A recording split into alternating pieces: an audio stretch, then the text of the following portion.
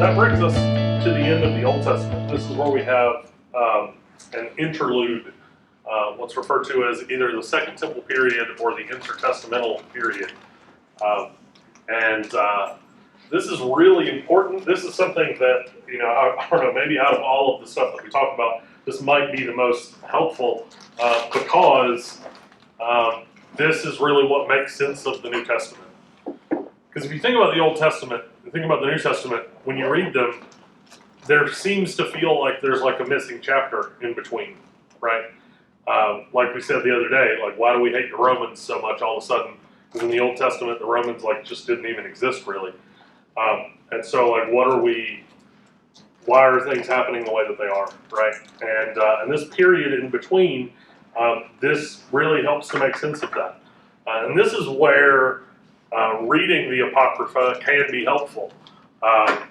Now, I wouldn't say that the Apocrypha is part of Scripture, but historically it's useful because we have some history in the Apocrypha that actually explains some of this gap. Okay, we'll talk about that a little bit during this lecture. Anybody know who this image is? What this picture is of? You know who that is? Can you give me context? Yeah. What's that? It's like Alexander the Great. Yeah, Alexander the Great. Yeah, Alexander the Great is probably the most influential person on the New Testament outside of Israel. So for non-Jewish people, the person who has impacted the New Testament the most is probably Alexander the Great. Not that he individually did anything with the New Testament, but he conquered basically the whole world and spread Greek everywhere. And so that's why we go from the Old Testament being in Hebrew to the New Testament being in Greek.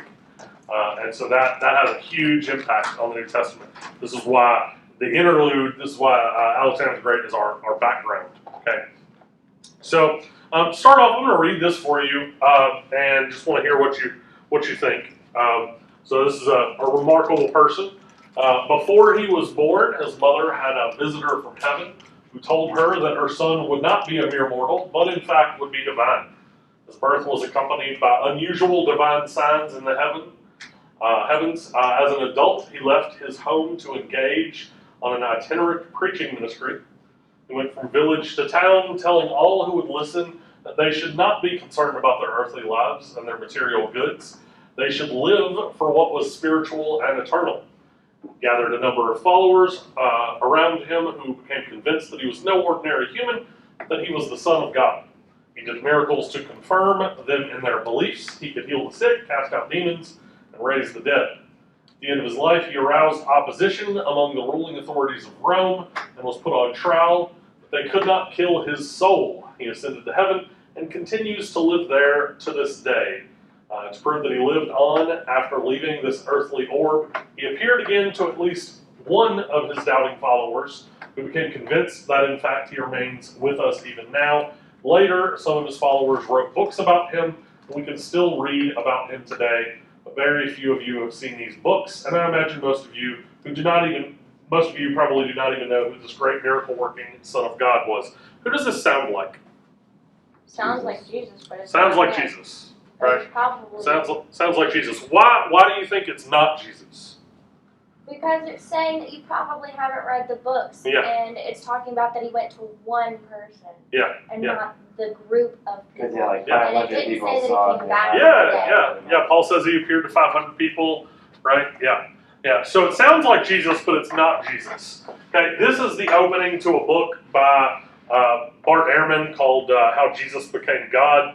And Ehrman is an atheist, and he opens the book this way to try to sort of provoke his readers into thinking about divine beings in Rome and in the Greco-Roman world and the Jewish world. And so the person that he's talking about here is this guy named Apollonius of Tyana. His birth was prophesied. He encouraged dismissal of material things and concern for eternal souls. His disciples were convinced that he was the Son of God. He was put on trial by the Romans. One of the many miracle workers proclaimed as Son of God in Jesus' time. And so what we should think about here, Ehrman is using this to try to provoke his readers. Ehrman's using this to try to get his readers to kind of like, oh, this sounds like Jesus. Maybe Jesus wasn't who I thought he was. Maybe there were other people like Jesus, that sort of thing, right? While this bothers some people, and while Aaron's definitely using it to try to bother people, what this tells us, because Apollonius of Tyana, what Aaron is saying about him is true, as far as like what we know of him. Now, I'm not saying he was legitimately prophesied. I'm saying that the stories about him say that he was. I'm not saying that he legitimately did miracles. I'm not saying that he legitimately was the Son of God or any of that kind of stuff. I'm saying that people said that stuff about him, right? So Aaron's not making that up. But what this tells us is that if there are people saying that about him, then that's sort of in the air in Jesus' time, right? That there are figures like this during Jesus' time. Like, everyone is sort of looking for this kind of person to deliver them. Everyone is sort of looking for a Messiah or something like that, right? And so this shouldn't necessarily bother us, because this isn't an indication that Jesus wasn't who he said he was. This is an indication that everyone was looking for someone like Jesus. Does that make sense? Mm-hmm. The reason that we have stories about people like Apollonius is that everyone was trying to find someone like Jesus. Everyone was trying to find some miracle-working Messiah that could deliver them.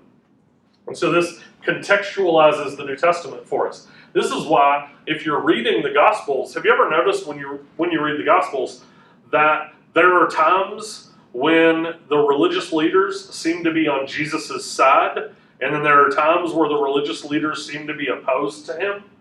And it's sort of like, why can't you guys make up your minds, right? Like, why can't you just either be for him or against him, right? Pick a side, bro. Yeah, for real. Like where are you at on this, right? Well, part of it is because they wanted a Messiah.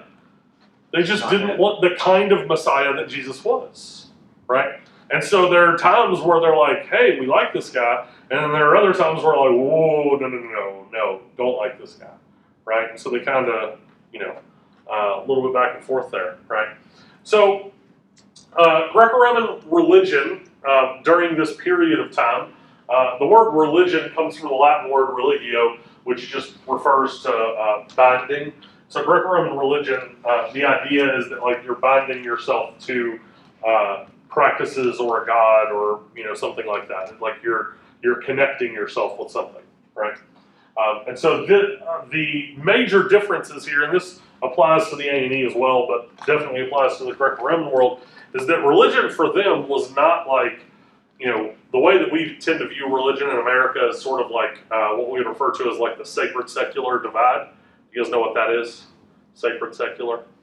So what is secular music? Do you know what secular music is? People in church talk about that. Music that isn't like a churchy type of music. Yeah, music that isn't Jesus music, right? Yeah, so secular comes from a Latin word that means world. So anything that's secular is pertaining to the world. So the secular, I'm sorry? How my dad explained it is it's a worldly. Yeah, and so sacred secular divide is the divide between things related to Christianity or related to religion and things related to the world. We tend to view things that way. There's my religion and there's my life, and they might overlap, but they don't overlap completely. Like, I have parts of my life that are maybe not really informed by my religion, and I have parts of my religion that maybe don't touch my life, right? That tends to be how most people today see religion. In the ancient world, religion was not separate from the world. They overlapped completely. And so everything in your world was religious. The question wasn't, are you religious? The question was, how are you religious? Like, what kind of religion are you bound to? Okay, and so this is a big deal, right? They, in the Greco-Roman world, they tend to focus on this life and not an afterlife. They tend to focus on cultic ritual, and the word cult there does not mean like cults in the sense of like, weird religious groups, right? What we mean here, technically, cult means referring to like rituals, sacrifices, that kind of stuff. And so they tend to focus on those sorts of things rather than beliefs. There's just not a separation of church and state or religion and state. That's just not a thing. Your emperors are making sacrifices to the gods in the Greco-Roman world, right? Like religion is just a part of life. This is one of the things in the New Testament that we have to start to appreciate. Like when Jesus claims to be God, that doesn't bother the Romans because they're religious people and there's 1,000 gods. So if Jesus says that he's God, they're like, yeah, just one more, right? Like that's not a problem. The problem comes in when Jesus makes other claims that have a political connotation. And so when Jesus claims to be Lord, Lord is a political claim, and only Caesar is Lord. So the Romans have a problem with Jesus calling himself Lord, and have no problem with Jesus calling himself God, right? This is because in their religion, like you can have as many gods as you want, but only Caesar is Lord, right? So this is important for us when we start thinking through the New Testament.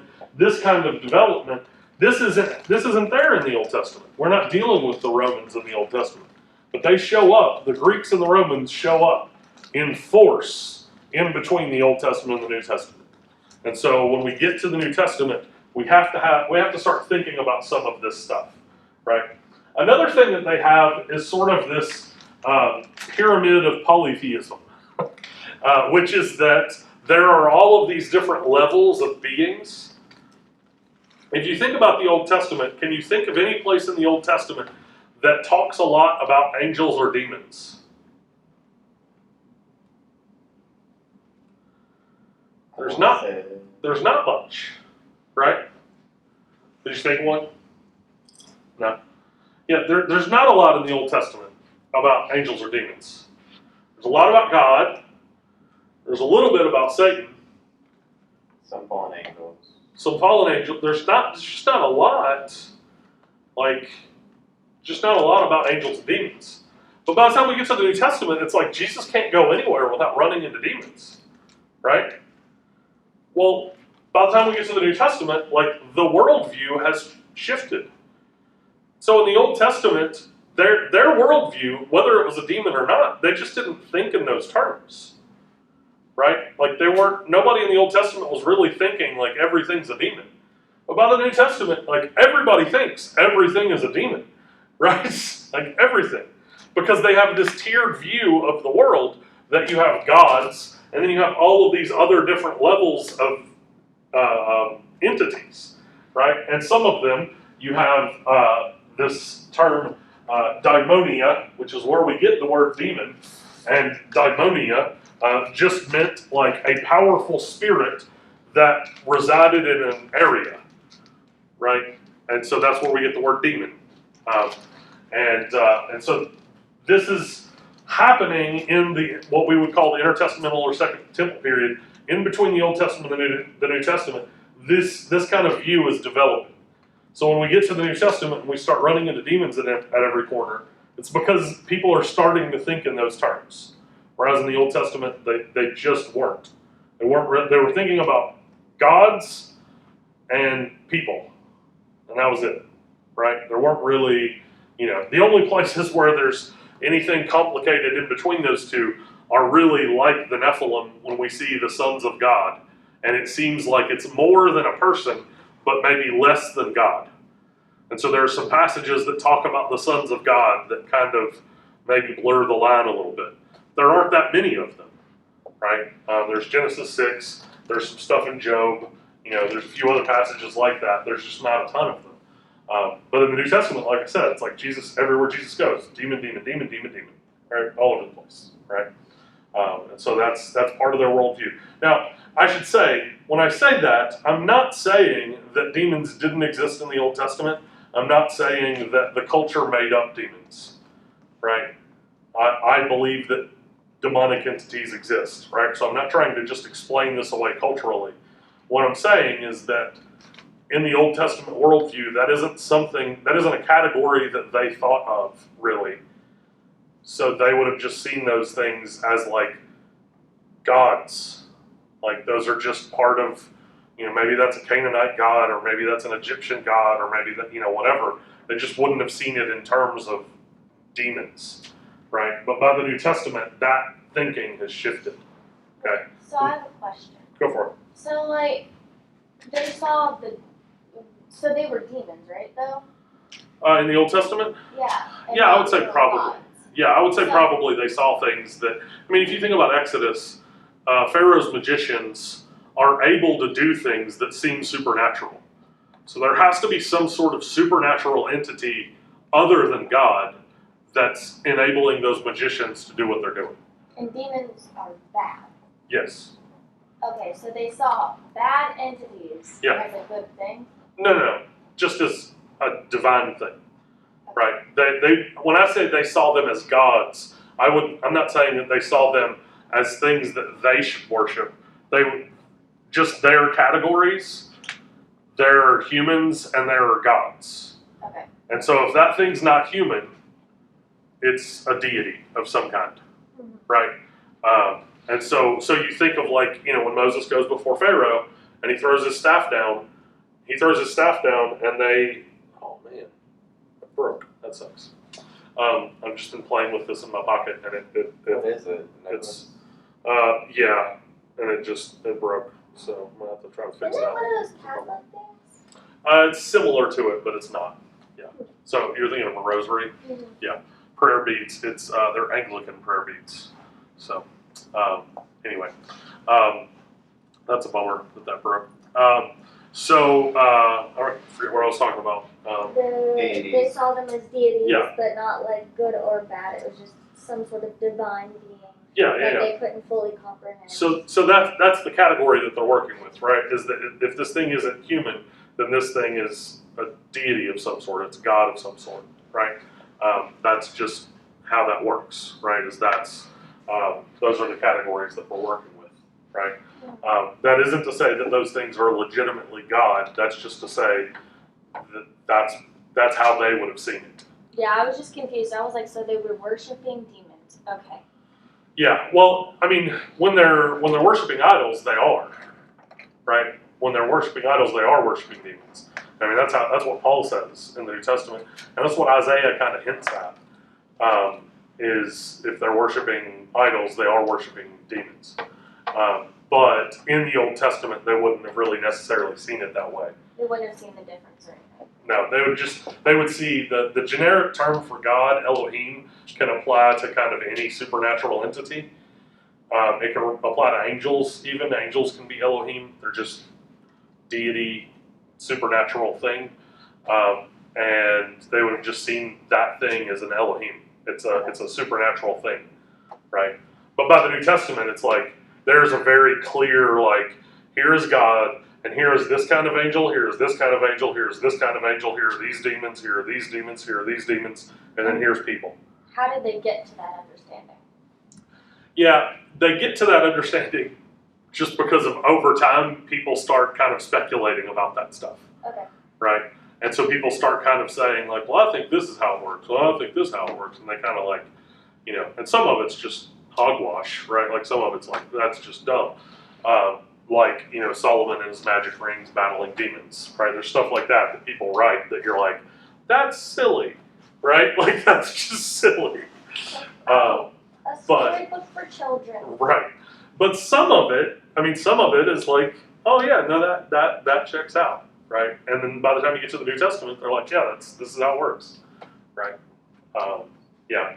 So this is important context that helps us understand how we transition from the Old Testament with seemingly no demons to the New Testament with just demons everywhere, right? Yeah. Another aspect of the Greco-Roman world is the social order. This is a really big deal. This isn't something that exists near as much in the Old Testament, though it does occur. I mean, when you start getting into the monarchy, there is some stuff like this. It's not to the degree that you have in Rome. The ruling elites, the highest part of the social class, are about 3% of the population. And these are people that have no need of anything. They have everything that they could possibly ever want or need. They have more money than they could ever possibly spend in their entire life. Like they are rich, right? Moderate surplus of wealth, this is merchants, traders, etc. This is 17% of the population. And so these people are doing fine. Stable, near subsistence level. Do you guys know what subsistence means? Subsistence means like you're making it, but you're kind of just making it. So it's like those paycheck to paycheck people. Yeah, like you're not in poverty, but you're getting by, right? Like you're making it, you're okay. You're like this guy, right? Like you don't have enough to go out to eat every day. You got enough to buy some Right. groceries. Yeah. to buy. Right. Exactly. Right. Yeah.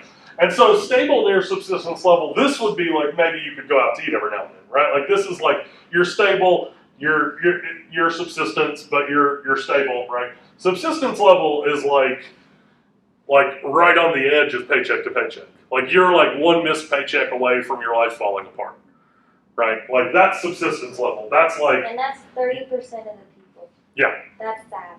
like you're stable, but you are only just stable, right? And then below subsistence level is like you aren't really making it. Like you're malnourished, you don't know where your next meal is coming from, like those kinds of things, right? And so, 55% of the population in Rome is either subsistence or below, Which is sad. which is sad. Yeah, and if you can include stable near subsistence level, which isn't really all that great, right? Like you're just a little ahead of paycheck to paycheck, basically, right? You're like making it a little bit. Yeah, you're like 3 missed paychecks away from a ruined life, right? Like you could weather like 1 missed paycheck, but if you miss like 3 or 4, like you're done. Like you have Your no life savings. is over. Yeah, Oh, Yeah. no. You're and down into the so blood. that's 80% of the population. That's Right. I that's don't know crazy. where I am. That's 80% of the population in Rome, and so this heavily impacts the New Testament, right? This is where people are at in the New Testament, right? This is a big deal. When Jesus is talking to people and he's using farming metaphors, it's because most of the people he's talking to are farmers, and those farmers are mostly in these categories, right? Some of them are up here. Basically, none of them are up here, right? And so all the people he's talking to, all of these people are pretty much in that lower category, the lower 2 categories, right? They're not having a good time, right? Life is difficult for them. Okay, so this really, really impacts the way that we understand the New Testament. Then we have Hellenism. So Hellenism is the Greekification of the world. Okay, Hellas is the Greek word for Greek, right? Because you know how like in other languages you have different ways of saying like English isn't English in every other language, right? In French it's anglais. In Spanish, it's something else. I don't know Spanish, so Inglés, yeah. I was like, it's something like that. Yeah, I don't know Spanish, so yeah. Hebrew in English is Hebrew, but in Hebrew it's Ivrit, like not Hebrew, like not even close to it, right? And so in Greek, the way you say Greek is Hellas, and so Hellenism is literally Greekanism, right? Like it's like the Greekification of the world. I And so- love it. So what we mean by this is Alexander the Great conquers everything and then just basically enforces Greek culture on everyone. And so he spreads Greek culture everywhere and he makes everybody just a little Greek, right? And so Koine Greek, the language of the New Testament, Koine Greek, Koine means common. And so what he does is he takes Greek, which is this like really polished, sophisticated language, and he makes like a really stupid version of it that just about anybody can learn. And that's called Common Greek. And that's what everybody learns in all of the empire, right? Everywhere that Alexander the Great goes, you gotta learn Koine Greek now, right? So he takes like classical Greek, which is like really fancy and polished, and just makes it dumb. And everybody has to learn that so everybody can speak Greek. Because he wants everybody to be at least a little Greek, right? He wants people to dress Greek, He wants people's buildings to look Greek. He wants them to speak Greek. And he's fine with you keeping your government. He's fine with you keeping your army. He's fine with you keeping your religion. He just wants to slap a Greek sticker on everything, right? Because you're under him, right? So he's right, like he's like, you can keep everything that you're doing right now, but I'm in charge of you. And so you can do everything the exact same way that you did it yesterday, except I'm your boss. And so if I tell you to do something, you're going to do it. Right? Like that's what he does everywhere that he goes. So basically, Right. you just get a new CEO and that person tells you, just Yeah. keep doing what you were doing. Right. But that's Yeah. gonna change it. Yeah. But change your clothing, speak this language, and change some of your buildings. But like, Everything else is Just- just the same. keep rolling, right? Keep rolling. And so this is what he does, right? And not everybody, as you might imagine, not everybody loved it, right? there's definitely a lot of people that are like, not a fan, not a fan of this whole Hellenism thing, right? And so this becomes a problem in the New Testament. This is a really big deal when we get into the New Testament. Koine Greek, right, is like I said, it's common Greek. Challenge of Hellenism is because he's spreading it everywhere. There's not a lot of political unity because everybody's kind of keeping on with whatever they were doing, and so this starts to present a problem. A big problem with regards to the New Testament is the Jewish response to Hellenism. The Jewish response to Hellenism is mostly really not positive. There are a lot of very conservative Jews who basically are like, we want nothing to do with Hellenism. We have our own way of doing things. We don't want your language. We don't want your culture. We don't want any of that stuff. And so we reject Hellenism in every possible way. And then there are Jews that are like, it's not so bad. Right? And so they embrace it. And so they're called Hellenistic Jews. And in the New Testament, we actually see Jews who would reject Hellenism and Jews who would embrace Hellenism. Right? And this is a big deal in the New Testament, that they're kind of like at odds with one another. Right? Let's go ahead and end early today. Is that all right? Quentin, can we do that? Yeah. Let's end early today. Because we're ahead. This is a lecture that I was planning to do for tomorrow. But what I'm about to get into, I'd rather have a little bit more time than what we've got left. So. Okay,